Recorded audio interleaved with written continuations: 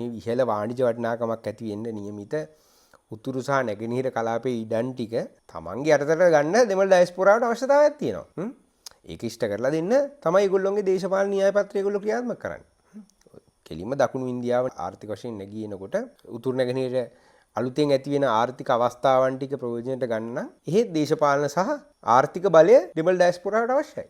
ඒක තමයි මේ කරමින් තියෙන්නේ. ඒක එහෙම ඒගොල්ලෝ ඉල්ලන ලෙවල් එකෙන් දෙන්නේ නැහැ කියන තැනට රනිල් වික්‍රමසිංහ ඇවිල්ලා තියෙනවා. මම දන්නේ අනුර දිසානායක මොකක්ද උග්ගෙන දරන මතේ කියලාවත්. අනුර දිසානායක උදේට හිතෙන මතේ දවල්ට දරන්නේ. දවල්ට හිතෙන මතේ රැට දරන්නේ. හැබැයි කොයි මොහොතකදී හරි මේ ප්‍රශ්න වලට අනුරට සම්මුඛ වෙන්න සිද්ධ වෙනවා. දැන් රනිල්ව පෙන්නලා පුළුවන් තරම් මේක යට ගහගෙන රනිල් අද අරක කරා රනිල් අද මෙහෙම කරා රනිල් මෙහෙම කරා රනිල් මෙහෙට ගියා අරේට ගියා කියලා පෙන්න ඔය ඉඳලා හිටලා ලිස්ට් එකක් දෙකක් දාගෙන ඇදගෙන යන්න පුළුවන්. හැබැයි ඇත්ත ප්‍රශ්න වලට සම්මුඛ වෙන්න ගත්තයින් පස්සේ ටිකක් වැඩි අමාරු වෙනවා. දරුණු වෙනවා.